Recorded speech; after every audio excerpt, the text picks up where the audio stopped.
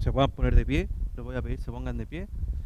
Busquemos la palabra del Señor, busquemos ahí Hechos capítulo 2. Hechos capítulo 2.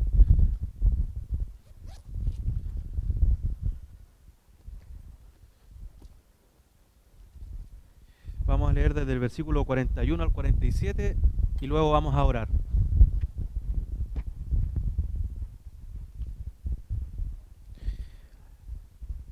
Así que los que recibieron su palabra fueron bautizados y se añadieron aquel día como 3000 personas y perseveraban en la doctrina de los apóstoles, en la comunión unos con otros, en el partimiento del pan y en las oraciones. Y sobrevino temor a toda persona y muchas maravillas y señales eran hechas por los apóstoles.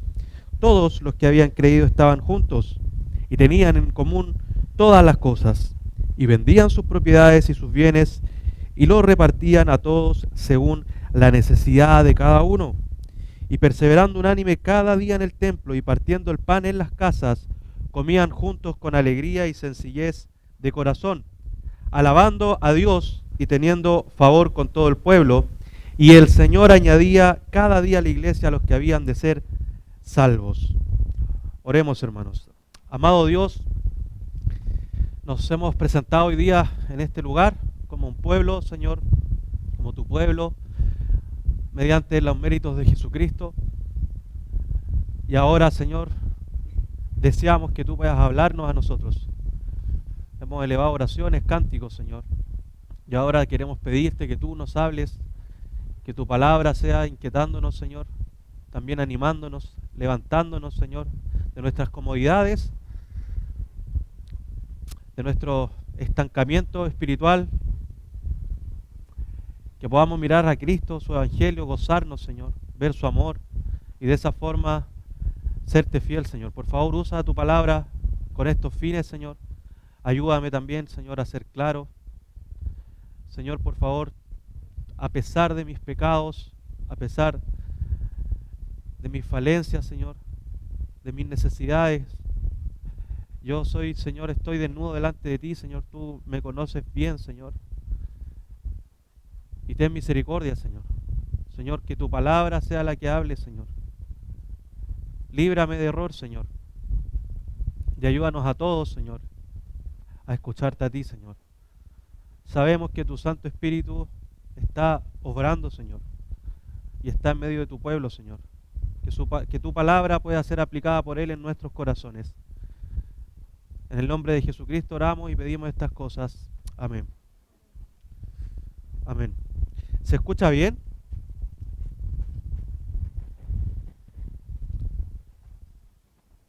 ¿Ahora? ¿Sí? Pueden tomar asiento, hermanos. Gracias.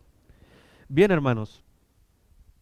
Pueden tomar asiento, como les comentaba, les decía, y qué hermosa palabra es esta, hermanos. Qué hermosa visión tenemos cuando abrimos la Escritura y vemos a quienes nos antecedieron. Cuando miramos ahí esta iglesia, como siempre se dice, la iglesia primitiva o la primera iglesia, que sabemos en realidad es parte del pueblo de Dios que viene ya progresando desde Génesis, ¿cierto? El pueblo del Señor, los que son de la fe. Y acá vemos cómo ellos empezaron a vivir esta fe. Vemos varias cosas que hoy día le pido al Señor nos pueda ayudar a verlas también, a tomarlas, a atesorarlas, hermanos, y a vivirlas de la misma forma que ellos las vivieron. El título del sermón es Una iglesia viva. ¿Cómo luce una iglesia que está viva? ¿Cómo vive una iglesia viva?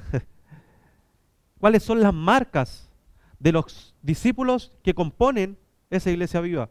¿Hay marcas que nosotros podamos identificar? Y más que marcas perfectas en el carácter, son deseos que mueven a estos discípulos. Son deseos, anhelos de vida en donde ellos están inmersos. Y lo que para el mundo es locura, para ellos es un anhelo santo de servir a su Señor de esta forma, buscando estos objetivos, buscando estos fines, en lo individual y por lo tanto en lo colectivo como iglesia. Hay algunas marcas, y sí, el texto nos habla de ellas, son las que vamos a apreciar ahora. Y con estas marcas podemos ver si una iglesia está viva o no está viva. Podemos ver si una iglesia está avanzando conforme a la voluntad de Dios o está avanzando conforme a la voluntad de la carne, de la mundanalidad que tristemente se ha metido dentro de las congregaciones.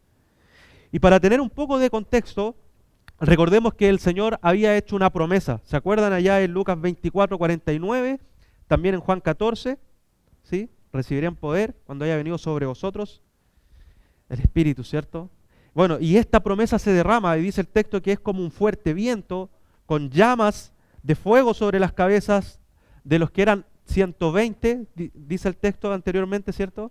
Es como que da a entender que era aproximadamente un grupo de 120 personas que estaban ahí, y qué hermoso debe haber sido ser parte de esos 120 hermanos, estando ahí reunidos, esperando por 10 días, dice el texto, estaban orando, unánimes, juntos, y vino esta visita del Espíritu Santo y les llenó, ¿sí? De poder, de autoridad. El texto nos habla que ellos entonces salieron a predicar públicamente.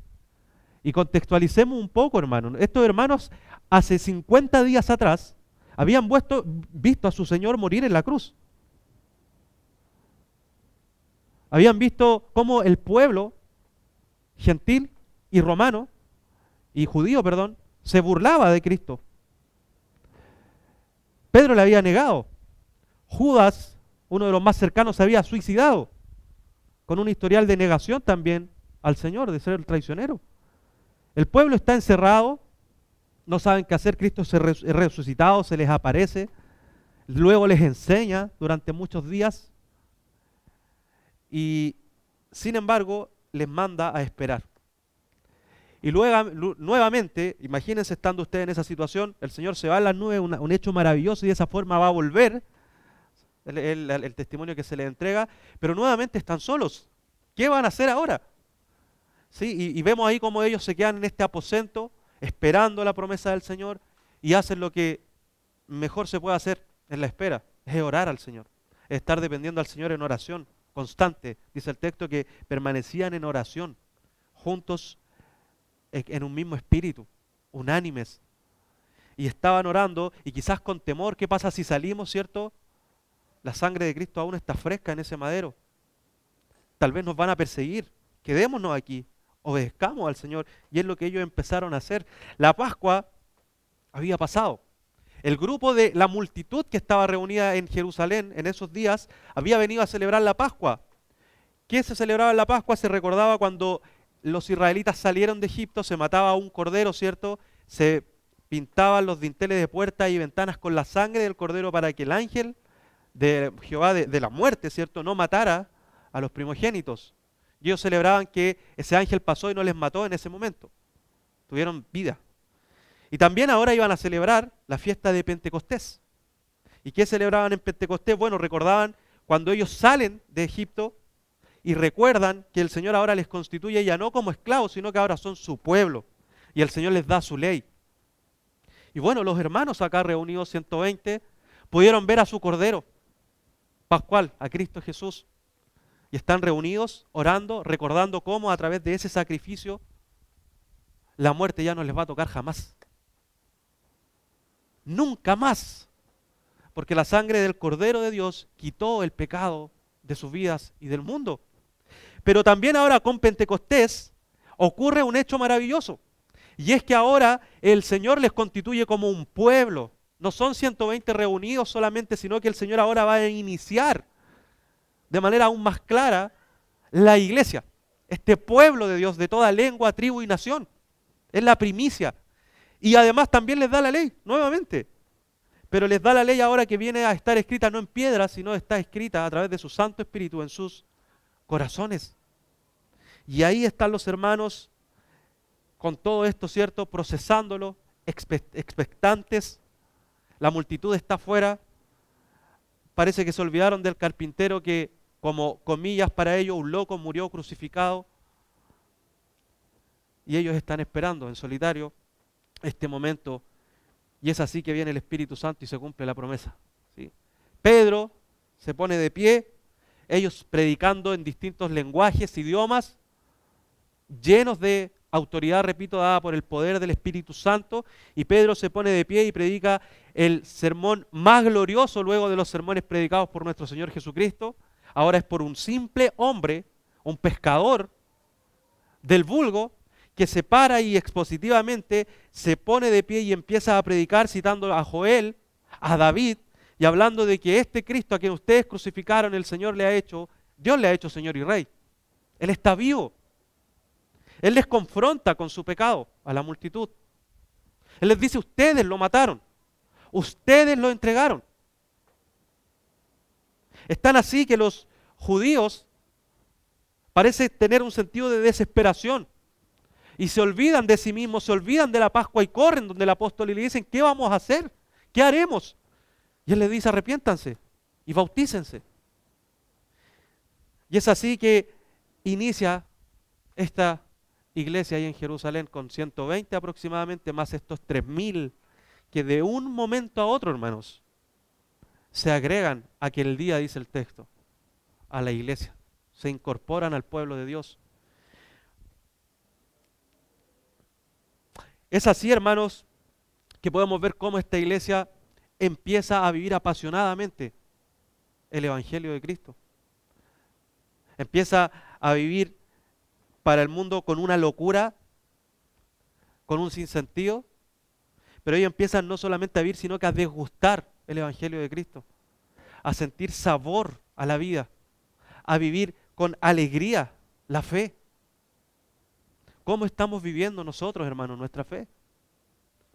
Aquí podemos ver a esta iglesia, repito, como decía al inicio, viva. ¿Estamos nosotros vivos viviendo nuestra fe también como congregación? Y vayamos viendo entonces estas marcas y lo que ocurrió después de todo esto con estos 3120 hermanos. ¿Qué ocurrió con ellos? Y el texto nos va a presentar la primera palabra. Yo leí Reina Valera y dice, y perseveraban, ¿sí? Quizá usted tiene la Biblia de las Américas, y la Biblia de las Américas dice que se dedicaban continuamente a una tarea. Pero esta palabra nos va a mostrar las distintas marcas. Ellos perseveraban en distintas cosas. Usted las puede ahí ver en el texto, y la primera que quiero que podamos ver es que ellos perseveraban en la palabra del Señor. En la palabra del Señor. Puede sonar muy simple perseverar en la palabra del Señor, pero vamos a ver qué significa esto. Y la palabra perseverar o dedicarse constante y continuamente una tras otra vez es algo, hermano, que nosotros hemos olvidado.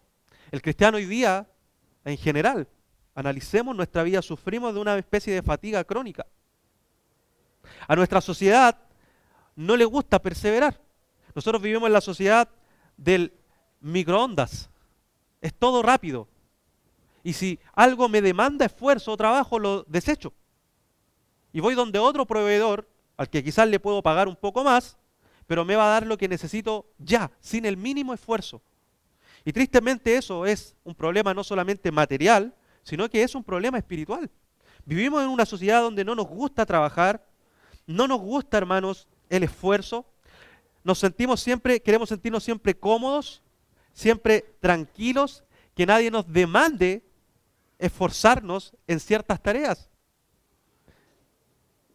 Justificamos tristemente nuestra flojera de la siguiente forma: Dios sabrá, Dios es soberano y verá cuándo va a transformar esta área de mi vida, que yo sé que está mal, pero no sé qué hacer. Dios sabrá. Yo oro al Señor y Él hará. Y suena muy piadoso eso. Y claro que hay que orar, pero además debemos nosotros perseverar en estas cosas que vamos a ver ahora para tener vida, vivir en la vida que viene del Señor, que viene del Evangelio. Perseverar, entonces, hermanos, es la primera meta que quiero que ustedes puedan ahí anotar en sus notas. Perseverar, dedicarse continuamente. Y esto no es predicar salvación por obras, sino que es predicar obras debido a nuestra salvación.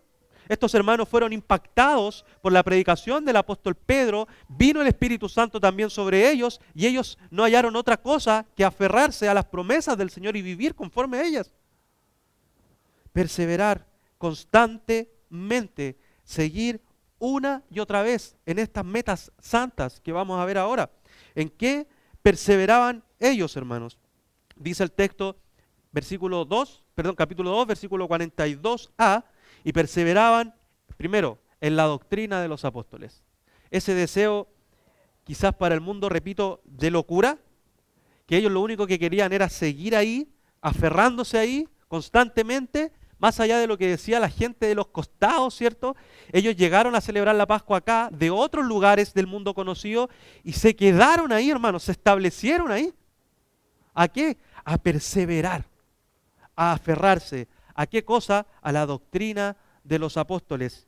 Decía que podía sonar fácil, pero no era tan fácil. Tenemos algunos obstáculos acá. Primero, los líderes religiosos eran judíos. Ellos tenían el monopolio de la palabra, comillas, de Dios. Digo comillas porque no era la palabra de Dios realmente. Ellos ocupaban este monopolio para torcer la doctrina de una u otra forma, para agradar a la masa, a los judíos, y para poner cargas que ni siquiera ellos podían llevar. Pero ellos decían tener la autoridad. Si tú te ponías a predicar la palabra como lo hizo Pedro acá, perdón, era ir en contra de esta autoridad judía. Salir de esa autoridad judía significaba quedar totalmente exiliado de la vida pública, salir de la sinagoga, salir de lo que ellos entendían como judíos es el verdadero pueblo de Dios. Por tanto, perseverar en la doctrina de los apóstoles no era cualquier cosa, hermanos. Había otro obstáculo también. Ante los ojos de cualquiera, estos 3.000 hombres se iban a unir ¿a quiénes? Piensen en un momento en esto. Se iban a unir a un grupo de 120 personas que proclaman a un carpintero que para los judíos fariseos estaba loco y que había muerto hace poco. Pero ellos dicen que él vive y que resucitó. ¿Cómo se van a unir a estos predicadores, a estos discípulos? Además, se unirían a simples hombres, comunes hombres débiles, del vulgo. Unos pescadores, unirte a unos pescadores, venir a celebrar la Pascua y de la noche a la mañana dice, oye, me voy a unir a estos pescadores. Entre ellos había un revolucionario agresivo, calculador. Había otro que era un traicionero, un cobrador de impuestos. ¿Se acuerdan de Saqueo? Te vas a unir a un saqueo, por decirlo así. Te vas a unir a un hombre que nos cobra impuestos y se los da a César. Y lo vas a seguir en lo que él dice. Y hay otro resto del equipo que no sabemos muy bien, ¿sí? No, cuál era la crítica que se podían hacer, pero una cosa era segura, este otro resto del equipo de los 120 era amigo de los pescadores, de los revolucionarios y del cobrador de impuestos, por lo tanto también eran personas a evitar. Nadie se va a unir a ellos. ¿Y qué fue entonces lo que ocurrió acá? Porque estos 3.000 se unen a estos hombres indeseables para el resto de los judíos. Y es que aquí hay un milagro, hermanos. ¿Se acuerdan de Lidia? El Señor abrió corazón. Y es exactamente lo que hace acá el Señor cuando una iglesia está viva y predica el Evangelio, hermanos. Hermanos, no importa la condición en la cual tú vienes al Señor, el Señor te transforma. Puede haber sido un pescador, puede haber sido un revolucionario, puede haber sido un cobrador de impuestos. El Señor te transformó, ahora tú eres un hijo de Dios y eres un anunciador de las maravillas de Dios. El mundo te va a poder seguir criticando, tu familia te va a poder seguir criticando, pero tú estás puesto para anunciar las virtudes de aquel que te llamó de las tinieblas a la luz. Y cuando tú lo haces lleno del poder del Espíritu Santo, hermano amado, el Señor también va a ocuparte como un instrumento para abrir el corazón de los oyentes. Y el Señor abre el corazón de estos 3.000. Y estos 3.000 corren, repito, es el énfasis de la palabra, dice, compungieron de corazón, hubo un dolor profundo en su corazón, y le dicen, tú, Pedro, imagínate, el barrendero está predicando el Evangelio y viene el gerente general de una empresa X, y se arrodilla y le dice, dime qué tengo que hacer para ser salvo. ¿Hace cuánto tiempo que no vemos esto en las calles, hermanos? ¿Y acaso el Señor dejó de salvar o hay un problema realmente en nuestros corazones? El Señor no ha dejado de salvar. Dice la palabra que su brazo no se ha cortado para salvar. El Evangelio sigue siendo poder de Dios para salvación a todo aquel que cree. ¿Qué está pasando con los anunciadores? ¿Qué está pasando, hermano, con los siervos que deben ser fieles? ¿Qué está pasando con nosotros como iglesia que antes de salir a predicar y de vivir nuestra vida debemos estar llenos, orando constantemente, perseverando en la palabra y de esa manera, hermanos, teniendo esa relación íntima, como va a decir Pablo en Filipenses y lo veíamos la otra vez, cuando el Señor nos energiza, produce ese querer, como hacer para nosotros entonces salir y predicar. ¿Qué está pasando con nosotros en nuestra intimidad? ¿Qué tipo de relación estamos teniendo con la fuente de todo bien? Pero acá vemos otra cosa. Vemos que salieron, predicaron y así se unen a este grupo despreciable para la sociedad, que la sociedad no entiende lo que había pasado con ellos, ellos habían sido transformados y eran ahora, repito, anunciadores de las virtudes del Señor. La doctrina de los apóstoles lo podemos resumir en algo simple, hermanos. Es el Evangelio de Jesucristo. Pedro lo que hizo fue predicar quién es Dios, quién es el hombre, cuál es el problema del hombre con este Dios y cuál es la solución a ese problema. Y luego, cómo vivir esta relación nueva. Es todo lo que Pedro va a predicar. Si usted revisa las cartas de Pedro, de Pablo, en general, esta es la médula de lo que ellos enseñan. Primero, el Evangelio para salvación y luego el Evangelio para vivir en esa salvación. Cómo yo me relaciono con el Señor. Es todo lo que Él enseñó. ¿Tú conoces el Evangelio, hermano? ¿Conoces el Evangelio? Predica el Evangelio, vive el Evangelio entonces. Esa es la doctrina de los apóstoles. Y si nosotros nos damos cuenta, es tan importante perseverar en ella que fuera de ella, fuera de la palabra del Señor, hoy día nosotros tenemos el canon completo, lo tienes ahí en tus manos, que es la palabra de Dios, todo, absolutamente todo es pérdida. Todo es basura que podría agregar a esto y es innecesario. Tú tienes, dice el apóstol Pedro antes de morir, no me es molesto repetirle las mismas cosas, segunda de Pedro, porque nosotros tenemos la palabra profética más segura, en la cual hacemos bien en estar atentos como una antorcha que ilumina en un lugar oscuro, hasta que el Señor regrese, ¿cierto? Este lucero de la mañana ilumine en sus corazones. Todo lo que está fuera de la palabra de Dios, todo lo que se quiera agregar a la palabra de Dios, es innecesario, hermanos. Por la mejor intención que tengamos, no sirve. Necesitamos perseverar nosotros también en la palabra de Dios. Y aquí una nota, hermanos, importante, considero yo. Tú tienes pastores humanos también, simples, quizás menos letrados que tú, maestros que se ponen en este lugar a enseñarte, quizás más jóvenes que tú, no han tenido la historia en la vida que tú has tenido. Pero no los mires a ellos, hermanos. No los mires a ellos, en primer lugar. Es cierto que su vida, su testimonio debe ir de acuerdo a lo que enseñan, a la palabra del Señor. Primero te invito a perseverar en lo que ellos enseñan, que es la palabra del Señor. Tú no vas a crecer fuera de la congregación, por más videos de YouTube que tú veas, por más predicadores famosos que tú sigas en Facebook. Tú vas a crecer solamente si tú tomas la palabra de Dios que es expuesta domingo a domingo por tus pastores de tu iglesia local, tú vas a poder crecer sanamente. Es así como esta iglesia empezó a crecer.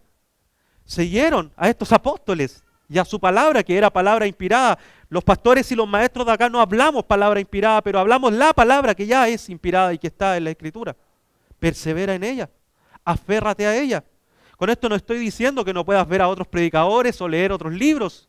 Por supuesto que sí, pero para crecer y la centralidad de lo que el Señor te demanda es ser fiel a la palabra que aquí se predica domingo a domingo por hombres simples y comunes como tú y como yo, que son los maestros de esta congregación y tus pastores.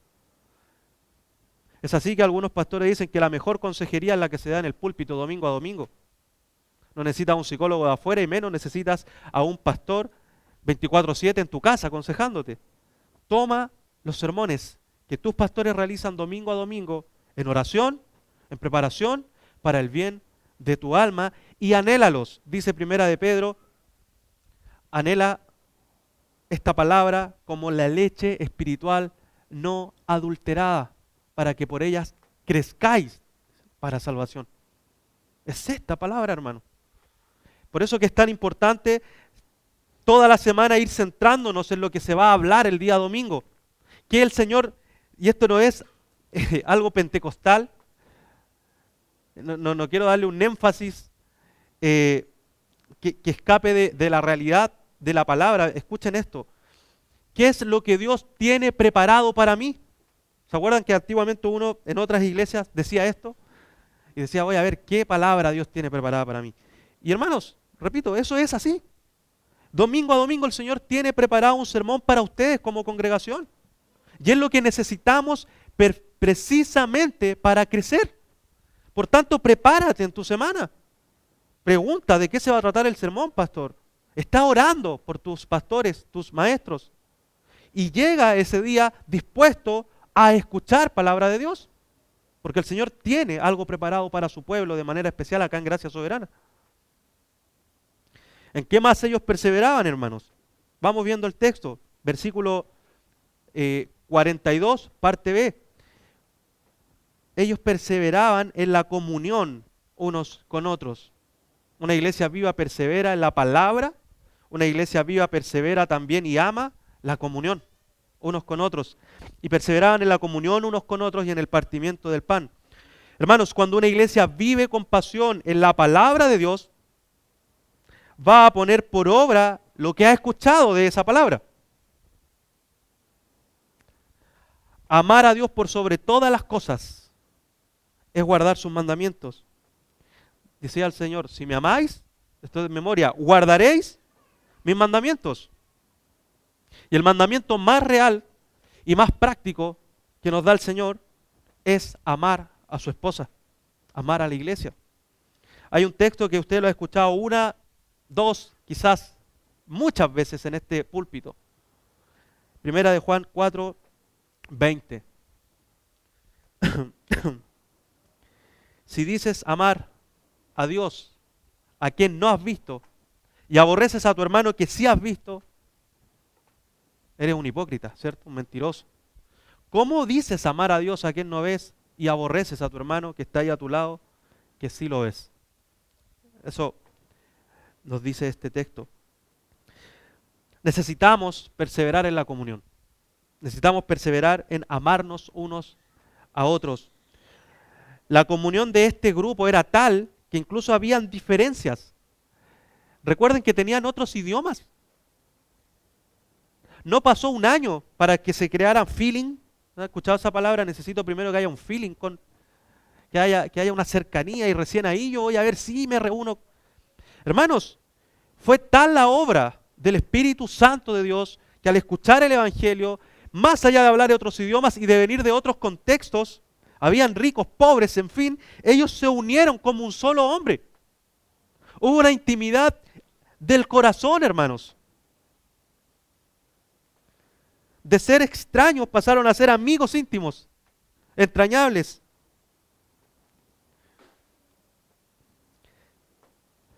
Ellos sabían una cosa, hermanos. Y esto es lo que hay que saber para tener una comunión de esta forma. Saberse pecador perdonado. Cuando tú te sabes como un pecador, pero perdonado, tú vas a ver a tu hermano de otra forma. Tú lo vas a amar. Porque tú vas a partir de la base de la humildad, de que Él es superior a ti mismo. Y tú vas a tener también misericordia si lo ves en un error. Y vas a querer rescatarlo para que vuelva al redil. Estos hermanos se sabían pecadores perdonados, comprados a precio de la misma sangre. La misma sangre de Cristo es la que está operando también en tu hermano. La misma sangre de Cristo es la que lavó tus pecados y lavó los pecados de tu hermano. Es el mismo precio incalculable el que te salvó y que también salvó a tu hermano. Por lo tanto, ¿por qué vas a despreciar a tu hermano? ¿Por qué lo vas a ignorar?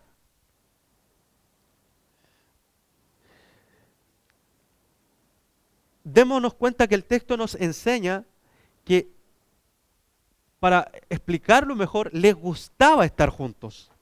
Tenían comunión. No dice tuvieron comunión y cada uno a su casa, sino que constantemente tenían comunión, incluso en las casas. Deseaban, anhelaban verse, hablarse, quizás abrazarse, orar unos por otros, relacionarse. Se buscaban en primer lugar para recibir consejos. Ellos dejaron las amistades del mundo que arrastraban, repito, de otros lugares. Ellos se volcaron al interior de la onda, por decirlo así, expansiva de la iglesia en Jerusalén. Se metieron al interior. Y no es que esté mal tener, hermanos, por favor, entender esto, amigos en el mundo, conocidos en el mundo, incluso en otras congregaciones. No es que esté mal visitar incluso otras congregaciones, pero ellos se comprometieron con su iglesia local. Ellos dijeron, esta es mi familia. No voy a estar coqueteando con otras iglesias y menos con otros amigos del mundo. Si yo necesito un consejo, lo voy a pedir en este lugar. Si yo necesito perseverar, lo voy a hacer con estos hermanos. Pero es que me cae un poco mal este hermano, no me gustan sus formas, no importa, el Señor me puso aquí y aquí yo voy a servir a mi Señor. Con estos hermanos. Hubo un compromiso tal que el texto incorpora la frase y dice, se añadieron a esta iglesia. No vinieron de visita, se hicieron uno con esa iglesia, hermano. Cuando tú eres miembro de Gracia Soberana, tú te haces uno espiritualmente con esta iglesia. Esta es tu familia. Aquí deben estar tus amistades más íntimas. Si tú tienes un problema, tu consejo debe venir precisamente de acá adentro. Si estás buscando novio o novia, primero mira a tu iglesia local, no hay problema en eso. ¿Quieres aprender cómo educar a tus hijos? Ve a tus hermanos, pide consejo. Mire lo que dice Jonathan Leeman.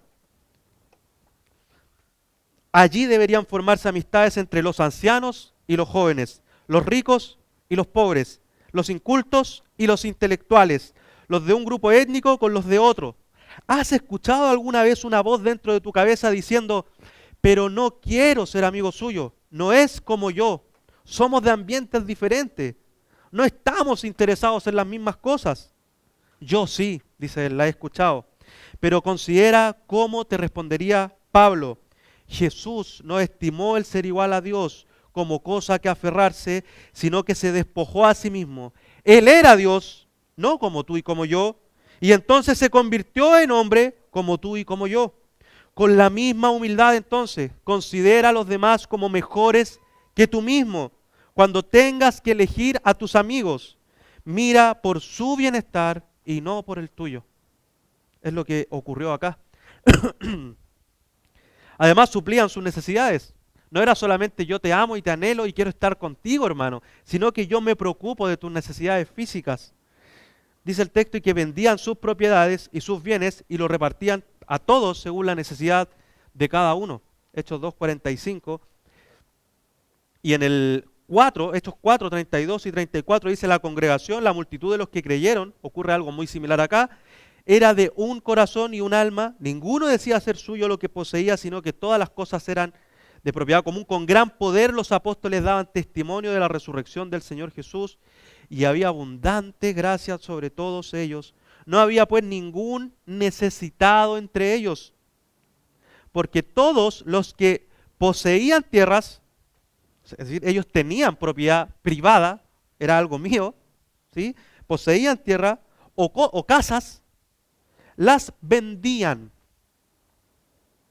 Traían el precio de lo vendido y lo depositaban a los pies de los apóstoles y se distribuía a cada uno según su necesidad. Aquí, hermanos, no nace el comunismo para nada. Este no es un texto para levantar y decir, todos están obligados a darle a los demás de esta forma. Tú ya no tienes, ¿cierto?, tu propiedad privada, sino que le pertenece a la masa, le pertenece al grupo, porque todos somos iguales.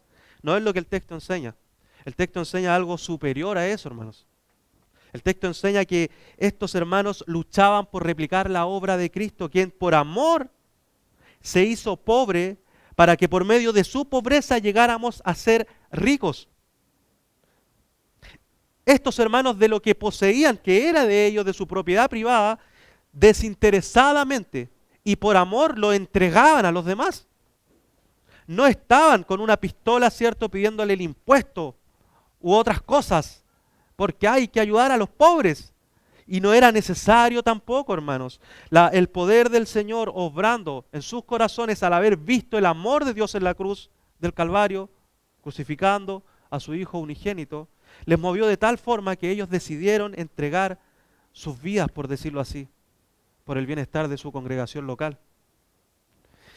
No estamos acá haciendo un llamado y el texto tampoco, hermano, a que usted vaya a su casa, saque su escritura de su casa, la venda y empiece a repartir el dinero. Si lo quiere hacer, amén, gloria a Dios. El fondo es este, hermanos, es que usted tenga la actitud de Cristo. Usted se ha puesto a mirar, a observar a su lado y ha empezado a ver quién está en necesidad. Y no solamente a ver, usted se ha interiorizado en la vida del hermano que tiene al lado. ¿Sabe si su hermano tiene qué comer o no? ¿Sabe si su hermano tiene cómo vestir o no a sus hijos? ¿Sabe qué necesidad está viviendo su hermano? Hágalo. Y compártale. Y usted puede decir, pero yo no soy un ricachón. Nadie está diciendo que tenga que ser necesariamente un ricachón para compartir. Comparta de lo que el Señor ya le ha dado, de lo que usted ya tiene a su mano. Hermanos, usted puede ser generoso con lo que tiene. Pero el llamado no es a que pueda ser generoso, es a que debe ser generoso. No solamente yo sé que puedo, no. Hermanos, usted puede y usted debe. ¿Por qué? Porque el Señor se entregó absolutamente en la cruz del Calvario por nuestro bien. ¿Cómo nosotros nos vamos a entregarnos por nuestros hermanos? Ahora, una nota también acá que me parece importante hacer. Pablo dice en 2 de Tesalonicenses 3 que quien no desee trabajar, que tampoco coma. Este llamado de estar ayudándonos constantemente, de estar supliendo nuestras necesidades, no es jamás un justificativo para el vago, para el perezoso, para el hombre que siempre tiene autojustificaciones y así no trabajar y así estar siempre recibiendo con las manos abiertas. Para nada. Es un llamado, hermanos amados, para dar bien, para servir bien y para potenciar a nuestros hermanos en sus responsabilidades. Hay un libro, todavía no lo leo, lo recomendó un pastor, lo vi, prontamente si Dios quiere lo vamos a poder tener, y se llama Cuando ayudar hace mal. Por tanto, hermanos, está bien dar, está bien servir, está bien interiorizarme en la vida de mi hermano, pero el ayudar también es decirle, hermano, acá hay un trabajo, hermano, acá hay un puesto de trabajo, ¿cierto? Acá hay algo que hacer, súmate al trabajo, súmate al servicio, porque esa es la mejor ayuda que podemos dar a nuestros hermanos cuando también están en necesidad. Y es lo que terminó ocurriendo, porque si nos damos cuenta, el texto nos va a enseñar también que después la iglesia completa vivía de esta forma, no habían necesitados. Y no quiere decir esto que era porque otro subsidiaba constantemente al que no tenía recursos. Lo que nos da a entender la iglesia es que todos luego empezaron a vivir con esta dinámica de recibir y también dar, de recibir y también dar. Y es por lo mismo que el Señor Jesucristo va a decir, es mejor dar que recibir. Cuidado, por lo tanto, con quien solo quiere recibir y nunca está dispuesto a dar. Bien, hermanos, participaban en la comunión y aquí hay un tema, una especie de debate teológico, qué significa el partimiento del pan. Algunos hablan de que era compartir comida en las casas, otros de que era la Santa Cena, pero hay una línea que es con la que yo concuerdo y es que no es excluyente ninguna de las dos, es decir, las dos se pueden incorporar. Porque claro, ellos participaban de los sacramentos, ellos participaban de la Santa Cena. Ellos más que nadie iban a participar del mandamiento del Señor. El Señor dijo, haced esto en memoria de mí hasta que yo venga. Los que iban a guardar en primer lugar ese mandato iban a ser los discípulos, quienes estaban liderando a este grupo. Y sin lugar a duda una iglesia, hermanos, que no guarda el bautismo y que no guarda la Santa Cena, muy difícilmente se puede llamar iglesia de Cristo. Porque estos sacramentos son, hermanos amados, lo que cualquier iglesia fiel y bíblica debe tener como marcas constantes cada vez que ellos se reúnen, sobre todo la cena del Señor. repito, si una iglesia no tiene bautismos y no guarda la Santa Cena, difícilmente se puede llamar iglesia del Señor. La Santa Cena, de hecho, es una marca, que ha estado en el transcurso del desarrollo de la iglesia cristiana.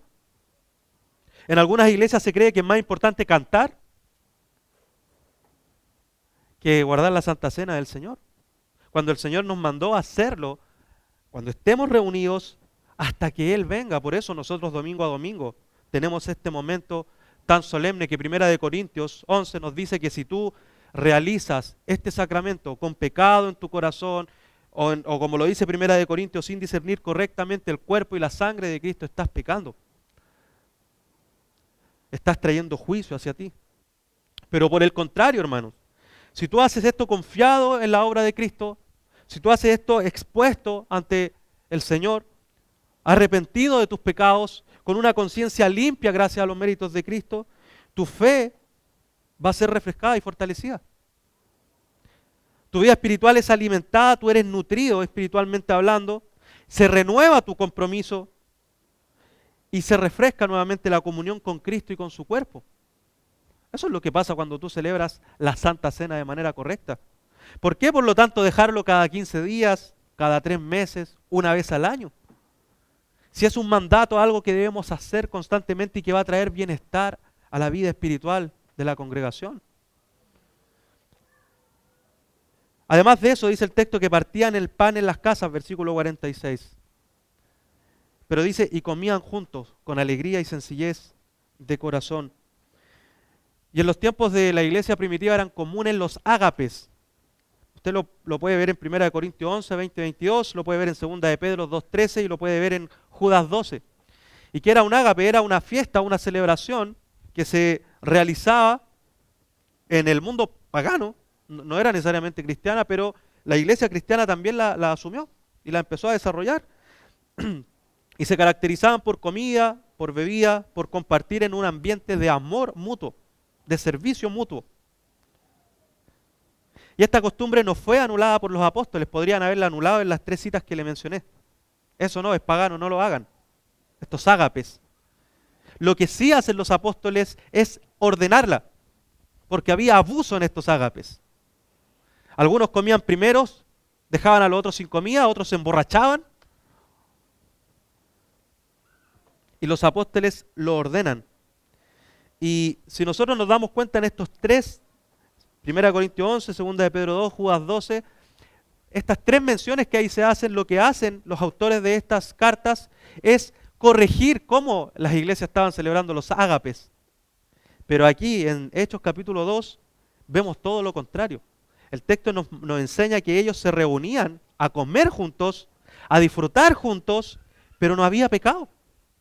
No fue necesario que el autor Lucas dijera, pero cuidado con el pecado cuando se reúnen. Es decir, los hermanos estaban tan dominados por el Santo Espíritu de Dios que de manera sobria podían disfrutar de momentos de comunión tan cotidianos como comer y como beber. El lugar de reunión eran las casas, habían puertas abiertas, eran hospitalarios.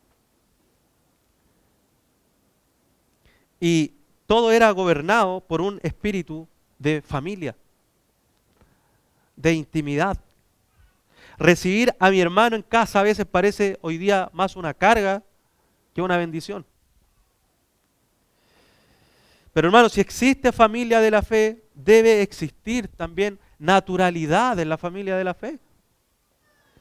No debe haber una especie de, y con esto quiero tener cuidado, hermano, no debe haber una especie de cuidado tal que deba programar con anterioridad de 6 meses la visita de mi hermano para que esté media hora y después lo pueda despedir y se acabó.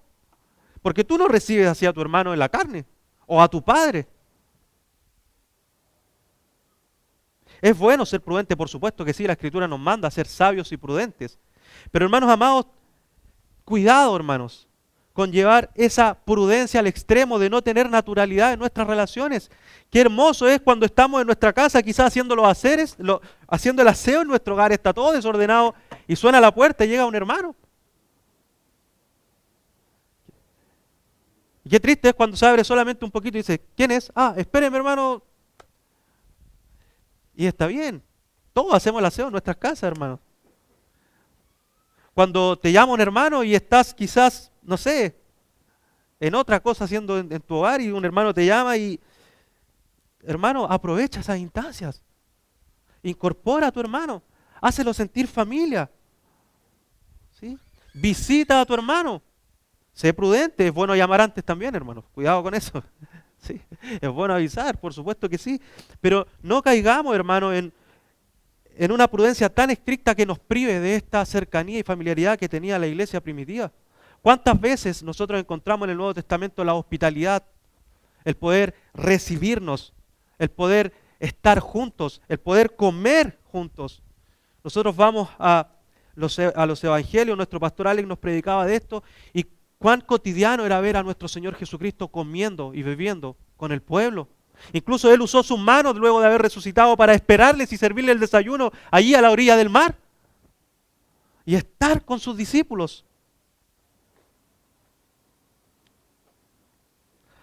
Ahora, hermanos, el texto nos enseña, en resumen, que ellos vivían como una gran familia. De distintos colores, con distintos trasfondos, recibiéndose, amándose, ayudándose. ¿Cómo vivimos nosotros? Es la pregunta. ¿Cómo nos recibimos nosotros? ¿Qué nivel de prioridad tiene tu hermano en tu vida diaria? No solamente el domingo. Si tú miras el historial de llamados de tu celular, ¿a cuántos hermanos llamaste esta semana, por ejemplo? Si tú miras el historial de gastos de tu cuenta, ¿dónde invertiste el dinero o con qué tipo de dinero ayudaste a tus hermanos, a tu iglesia? De verdad, hermanos amados, que necesitamos volver a esto. Porque esta es una marca de una iglesia viva. Tercera marca, hermanos. Una iglesia viva vive de rodillas.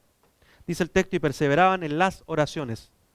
No perseveraban en la oración individual o tampoco en la oración grupal, congregacional, sino que el texto nos da a entender que perseveraban en las oraciones. Es decir, era una iglesia que constantemente, como decíamos aún en un inicio, se preocupaban de estar constantemente delante de la presencia del Señor. En lo individual, y eso se veía en lo congregacional.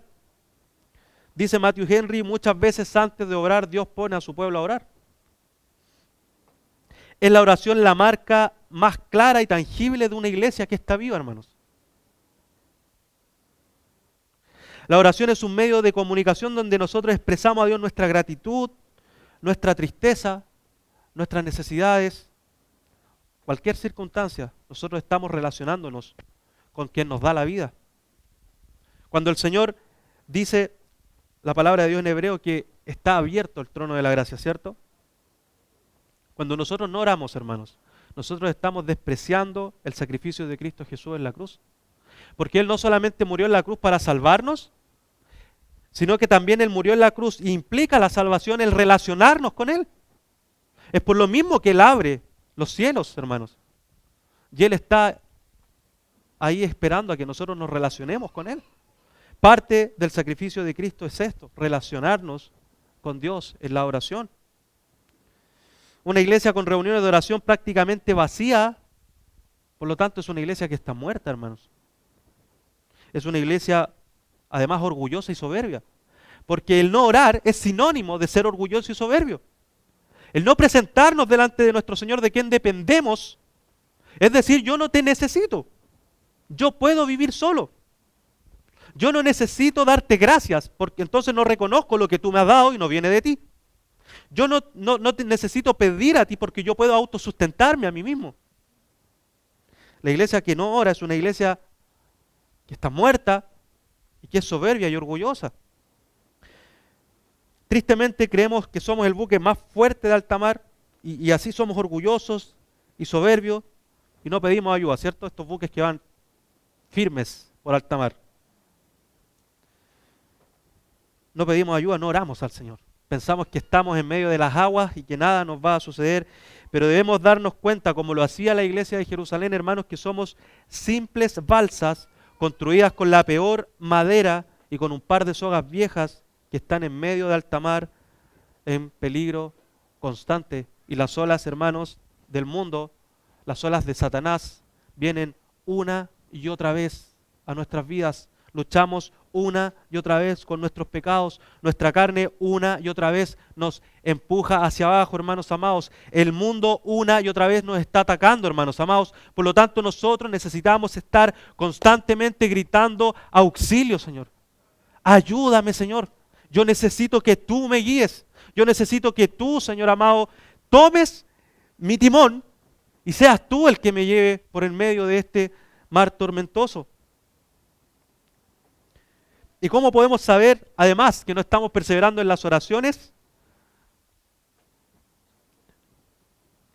Mire la realidad de los días de oración. ¿Saben lo que demuestra la realidad del día de oración, sobre todo el domingo acá en la mañana? Demuestra si usted está orando en su semana, en su día a día. Va a demostrarlo usted si usted está congregado el día domingo acá en la mañana orando también con su iglesia. Porque las oraciones privadas y la práctica de perseverar en orar privadamente nos va a llevar a la práctica de perseverar también congregacionalmente. Cuando usted mira el domingo en la mañana y ve que hay 15 personas orando, usted puede temblar, hermano. Usted que es miembro de esta iglesia tiene que caer de rodillas al Señor. Y usted se puede dar cuenta con ese simple hecho de cómo está la espiritualidad de su iglesia local.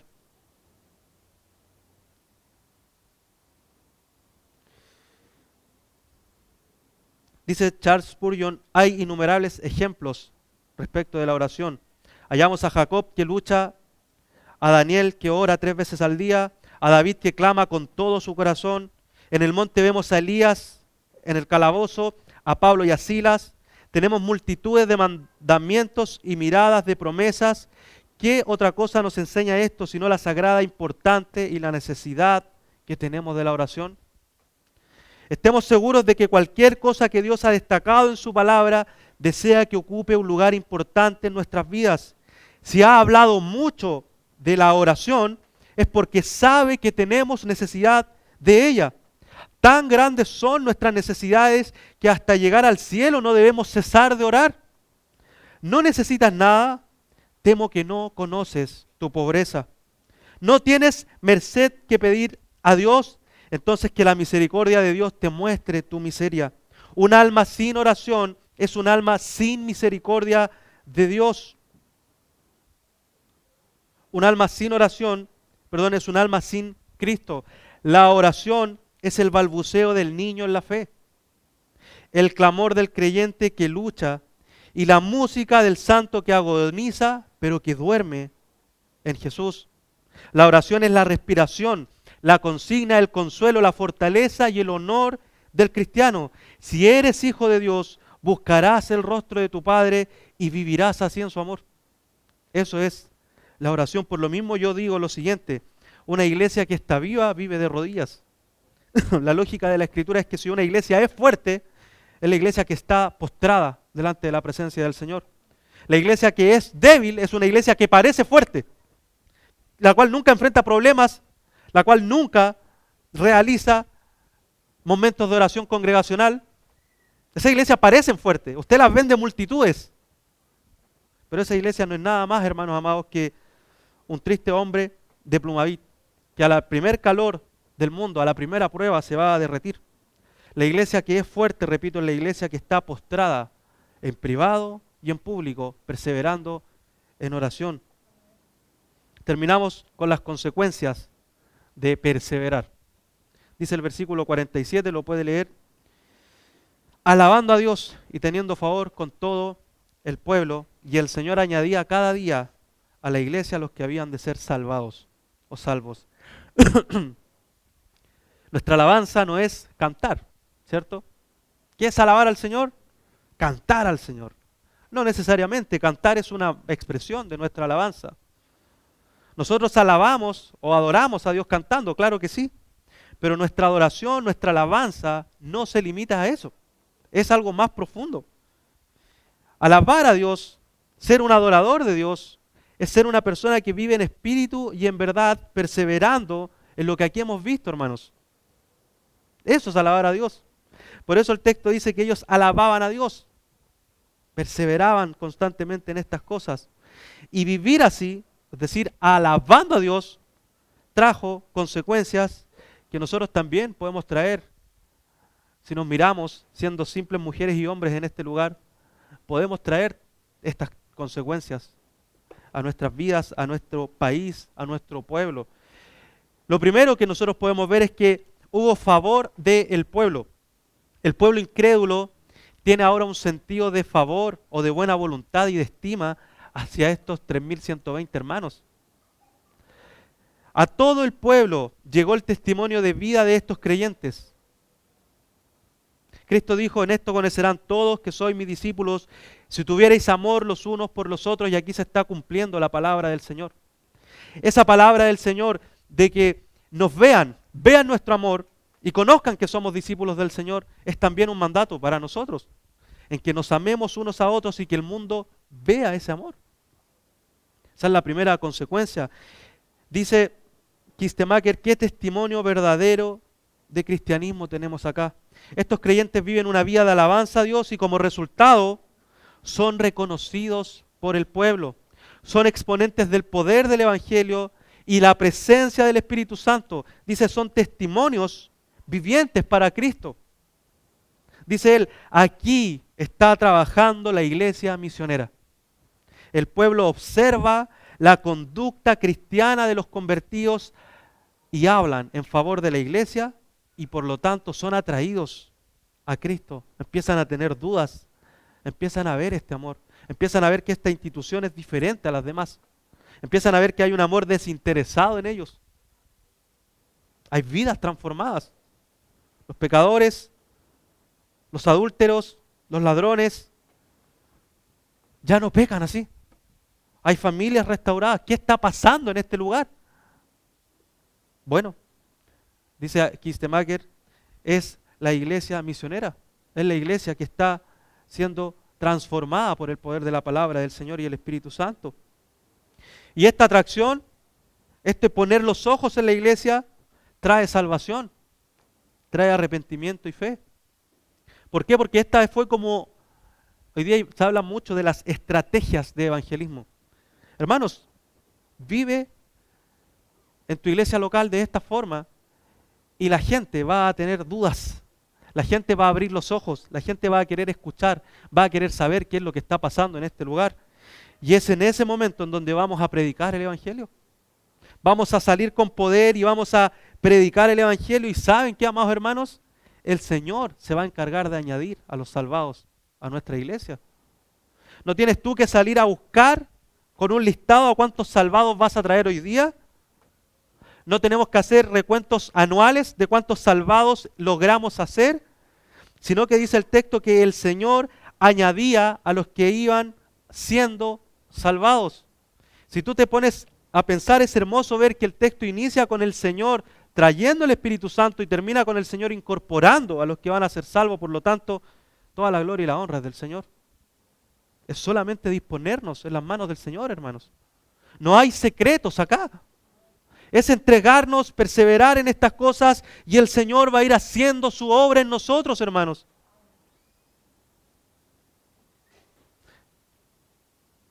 Muchos anhelamos esto. Yo anhelo que Gracia Soberana tenga estas marcas de manera aún más clara si es que ya las tiene. Yo anhelo en mi vida personal que estas marcas tú las puedas ver. Yo las pueda ver en ti para la gloria del Señor. Todos anhelamos volver a la iglesia primitiva y decir así debiese ser la iglesia hoy en día. Amén, hermanos. Todos queremos iglesias bíblicas. Sin embargo, cuando llega el momento de vivir vidas bíblicas, dejar la carnalidad, muchos comienzan a huir, hermanos. Sin vidas bíblicas no hay iglesias bíblicas. Sin vidas bíblicas, olvídate, hermano y hermana, de tener una iglesia bíblica. ¿Cómo estás perseverando tú? ¿Cómo estás perseverando tú? ¿Qué lugar ocupa la predicación y la enseñanza de tu iglesia local en tu vida? ¿De qué manera te estás entregando a la comunión con tus hermanos? ¿Cómo te preparas en la semana para partir el pan, para beber el vino? ¿De qué forma estás orando en tu intimidad. Esa oración que mata el orgullo. Porque todo lo que he mencionado es simple. Perseverar en la palabra quizás es simple. Tener comunión es simple. Participar el domingo del pan y del vino es visible, es simple. Pero cuando estás solo, no hay aplausos, no hay nadie que te diga gracias, ¿sí? Qué bien que te portaste conmigo. Estás tú y el Señor solo en tu cuarto. Qué difícil es ahí orar. Cómo se revela nuestra carne y nuestro orgullo debe morir en ese momento de intimidad para luego venir y orar juntos y participar de estas perseverancia en oración. ¿Cómo estamos viviendo nuestra vida bíblica para que nuestra iglesia sea bíblica? Y con esto termino, hermanos. Yo quise predicar este sermón no necesariamente porque he tenido una semana y un mes bien complejo, pero quise predicar este sermón porque en oración creo que es tiempo también, hermanos, de retomar estas marcas de manera fiel al Señor. A veces, hermanos, el activismo, y lo digo en general, desde el pastor hacia el último niño de la congregación quizás, el activismo muchas veces nos envuelve y nos hace olvidar, hermanos amados, que debemos deleitarnos en estas cosas. Nos hace olvidar que si estamos en este lugar es porque el Espíritu del Señor está en nuestros corazones. Por lo tanto, debemos vivir de esta forma, de esta manera. Pero yo decía, ¿cómo, Señor amado, podemos vivir de esta manera si somos pecadores? Si somos negligentes, si no perseveramos constantemente, hermanos, si constantemente salimos el domingo después de haber escuchado la palabra y nos olvidamos el día lunes. Muchas veces somos flojos, tropezamos y caemos. Volvemos por ahí el miércoles, jueves a nuestro mismo pecado y traemos esa maldad a nuestra congregación. Señor decía, ¿cómo podemos hacer esto? ¿Cómo como iglesia y todos podemos volver a ti? Y quiero que me puedan acompañar a Lamentaciones capítulo 5.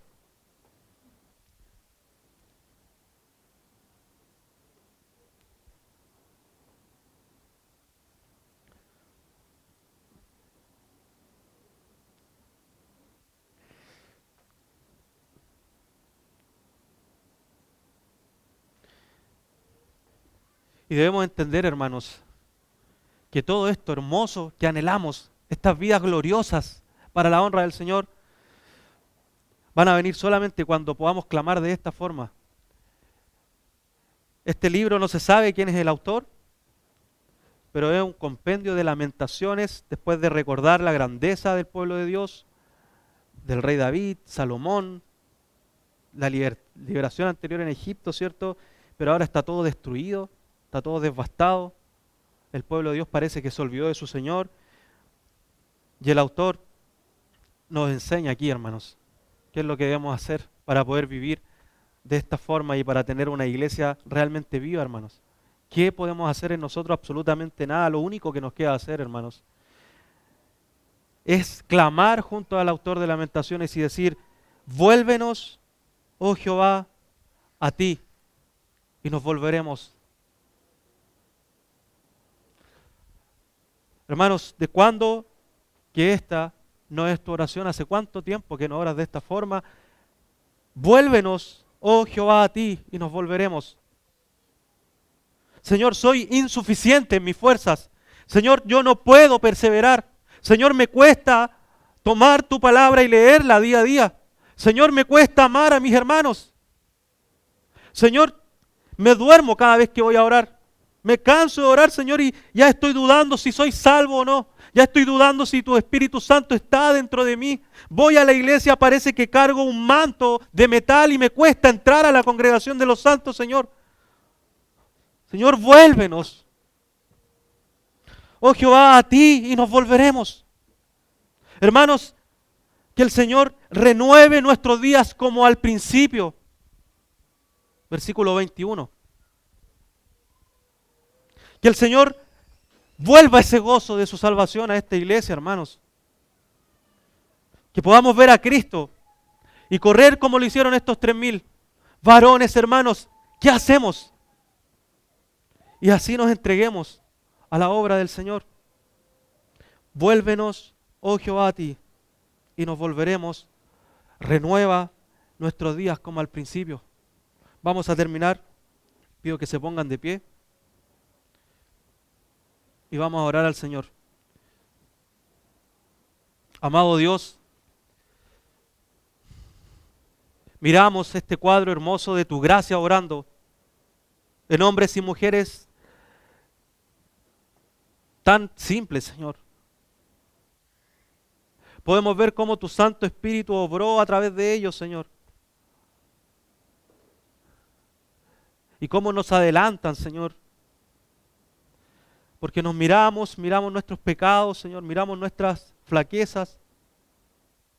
Y sin lugar a dudas, Señor, somos hallados faltos, débiles, Señor.